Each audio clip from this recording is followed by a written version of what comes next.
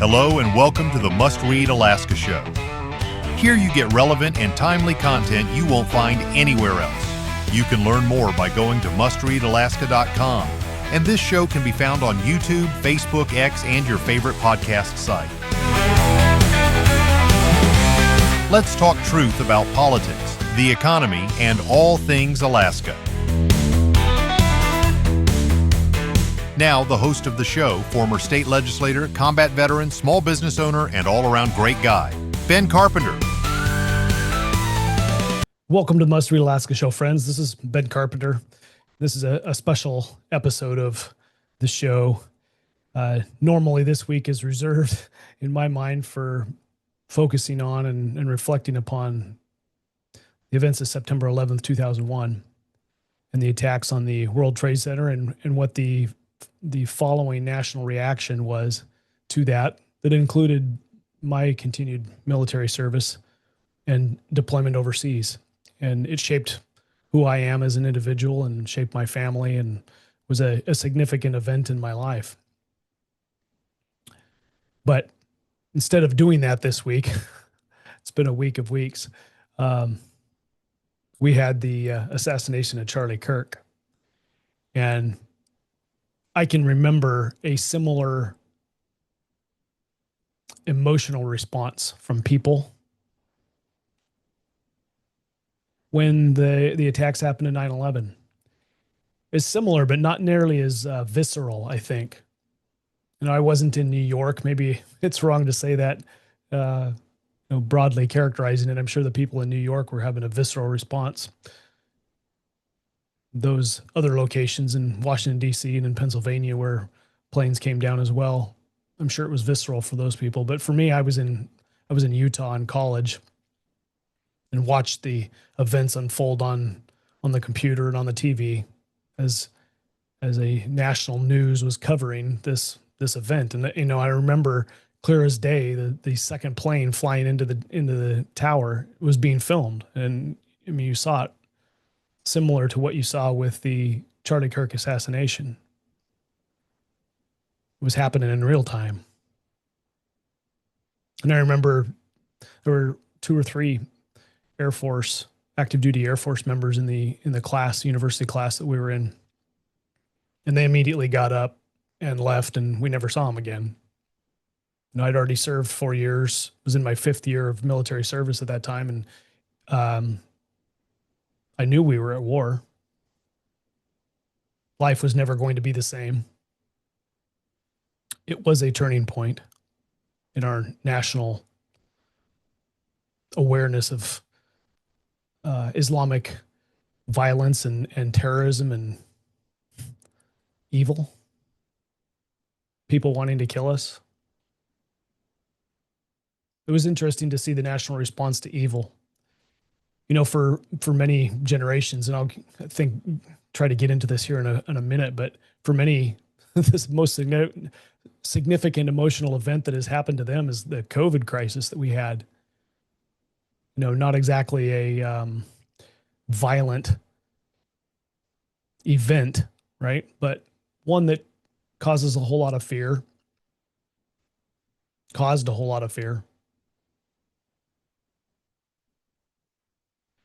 There's this virus attacks us, and then I don't know, there's whole lots of theories about where it came from and whether it was intentional or not. But you know what? There's people playing with viruses to this day. I just trust that that's happening. Viruses that can, kill indiscriminately. Other nasty bugs. That's evil. It's evil on the face of this earth. You take a government response to this COVID crisis, probably with best intentions. I'm going to give them the benefit of the doubt. But they withhold the risks of the jab. They withhold the risks. They don't tell us what the risks are for whatever reason. And people end up dying from the cure. The cure, right?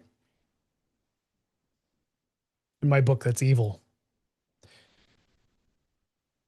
But that's the extent of what many people have grown up with since 9/11. That's the extent of the danger, or the the evil, the bad things that people have had to deal with.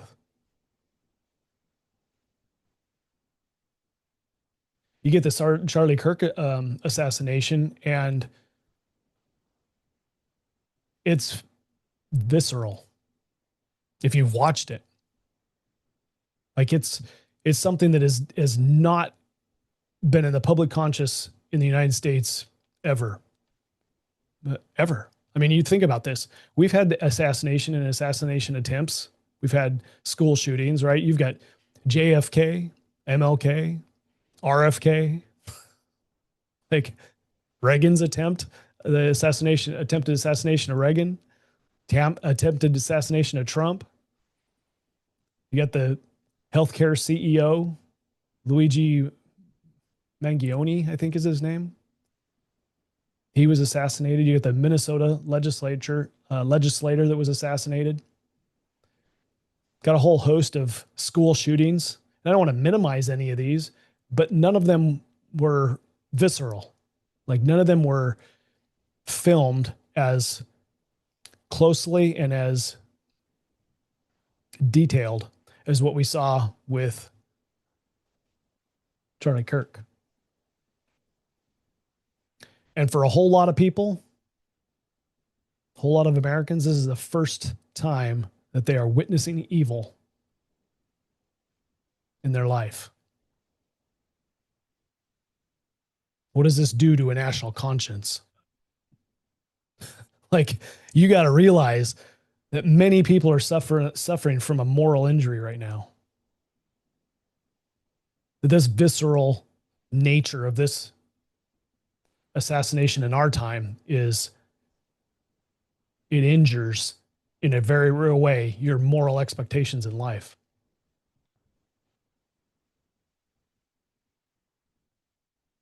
You know, you get to the people who are in their 80s and 90s, what we call the silent generation.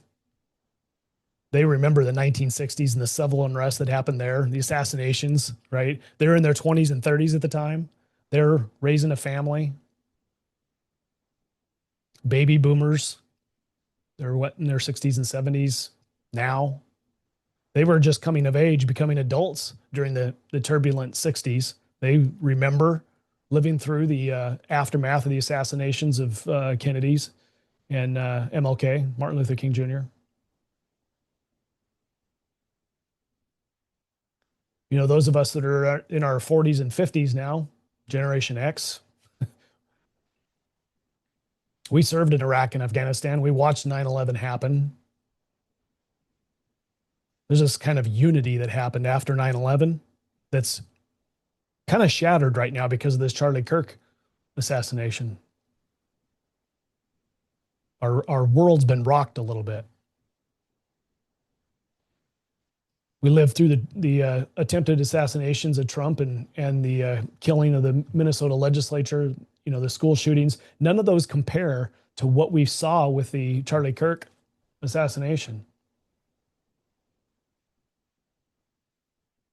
Millennials, those of you in your 20s to 40s age range, you guys probably remember 9/11.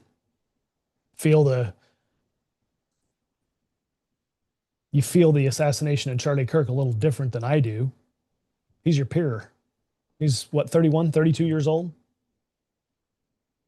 You come out of COVID, which is probably your first real hardship.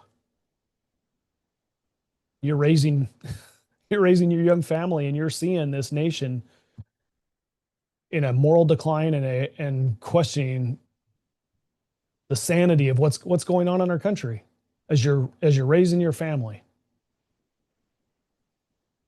Kind of like the silent generation, our grandparents are 80 and 90-year-old folks now, what they went through with the civil unrest in the 60s, similar to it, but not nearly as visceral as what we've just witnessed.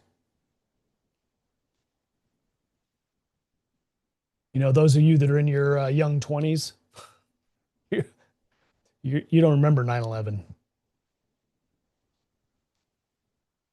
What you just saw with Charlie Kirk's assassination is probably your first visceral take on evil.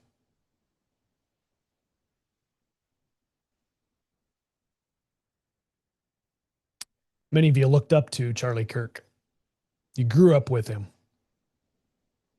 looked up to him. And this is hitting you right there.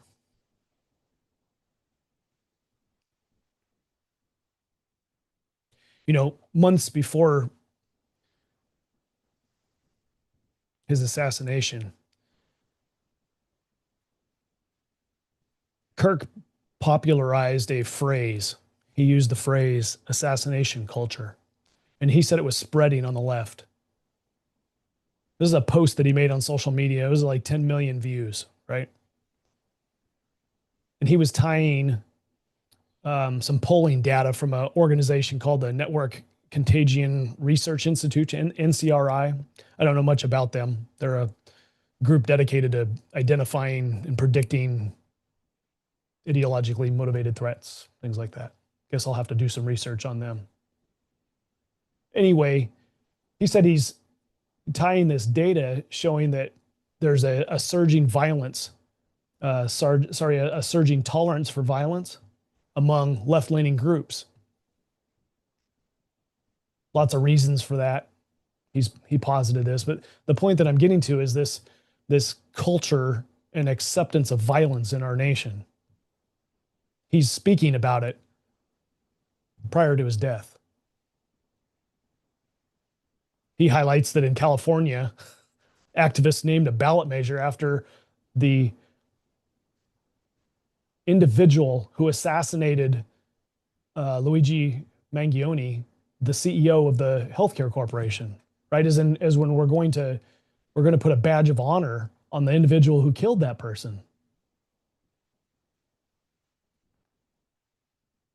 In March of this year, this NCRI organization produced a report entitled The Emerging Assassination Culture. This is led by a man by the name of Joel Finkelstein. It analyzed online data showing glorification, increased attempts, and changing norms converging into acceptance of ideological assassinations. Key findings from this report: 48% of liberals justified violence against Elon Musk. Again, this is the beginning of 25. 55% justified violence against President Trump. After the assassination of the healthcare CEO, searches online for assassination tools spiked 300%.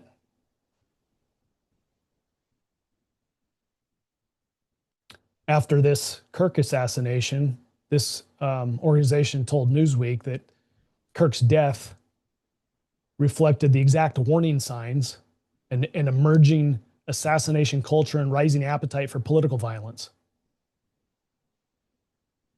You just look at the online celebrations, and this is not what you would have found in the other times where we've witnessed assassinations. This is not something that is normal for Americans.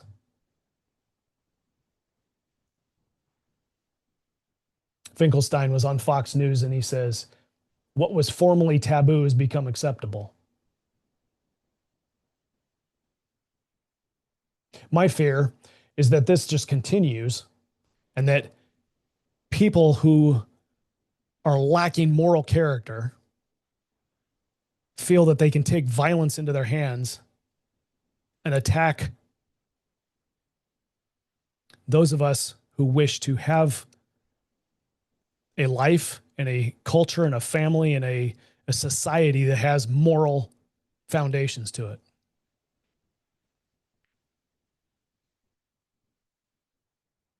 This is the risk that we have going forward. The crisis in our nation is one of morality. Kirk was talking about this.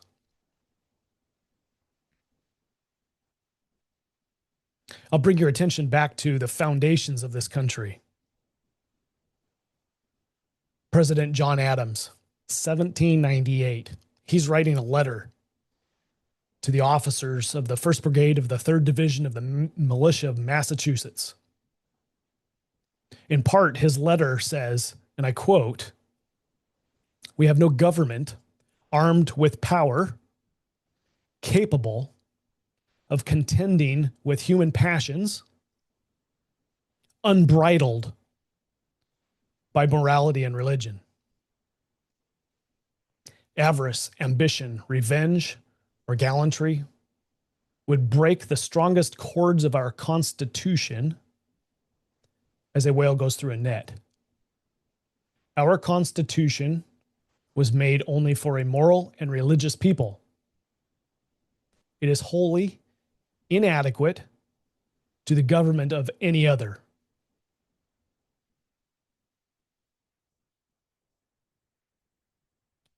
Self-government, this experiment in self-government, relies upon a people with ethical, moral character.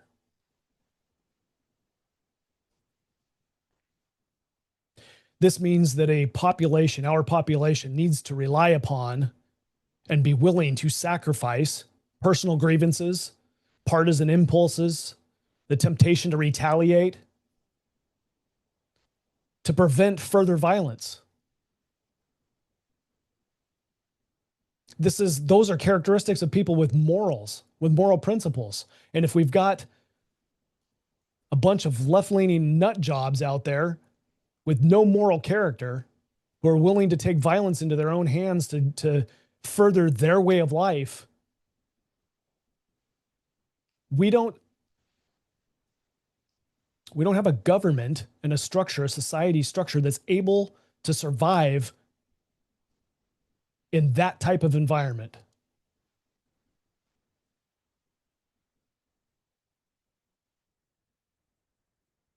We need a population willing to lead moral and principled lives, and it is necessary to stop this moral decay. It's happening all around us. I don't have to prove it. You know it, you see it, you live it. There's no partisan solution. It's not a political problem. There's no legislative solution. You can't ask your legislature at your local level, your city councils. You can't ask Washington, D.C. There's no executive order of the president that'll restore our society.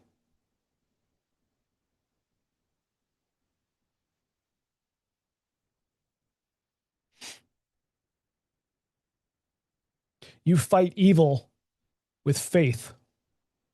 You fight evil with obedience to God's commandments. You fight evil with selfless behavior.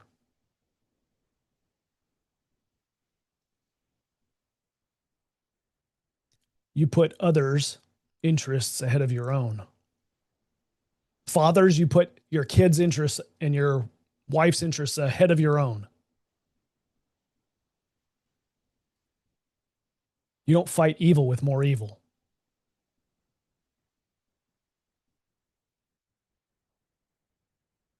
This country doesn't survive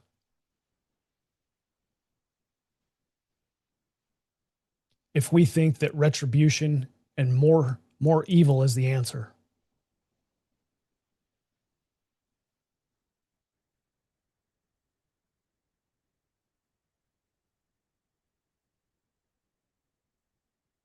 Charlie Kirk was right.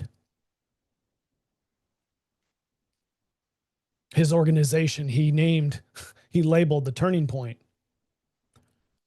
We're exactly at a turning point in our nation's history.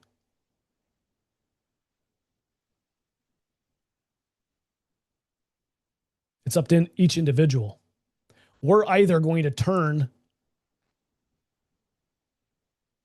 our attention and our priorities to living a moral life, or we're going to continue to see the moral decline, depravity, and violence in our nation.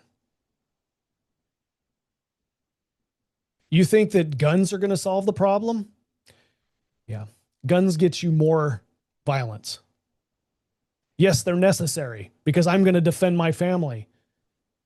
But we're not going to solve the underlying root cause of the problem with guns. We don't want to live in a society where he with the most guns wins. We don't want to live in a society that a strong federal government or strong state government steps in and puts us into a police state to manage the violence. Are you listening, Chicago? Seattle? Portland? Where else? Every major metropolitan area?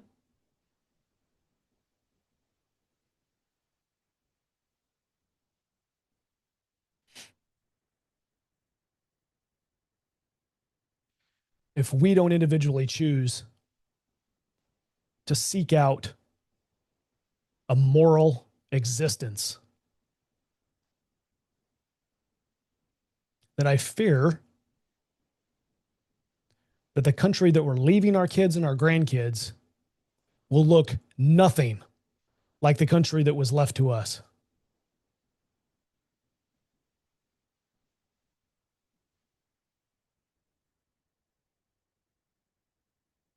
So,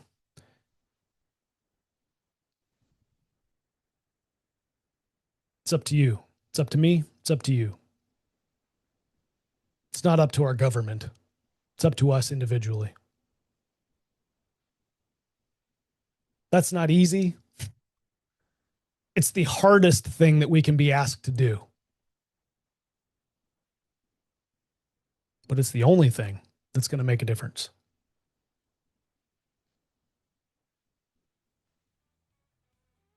Let this be a turning point for our nation.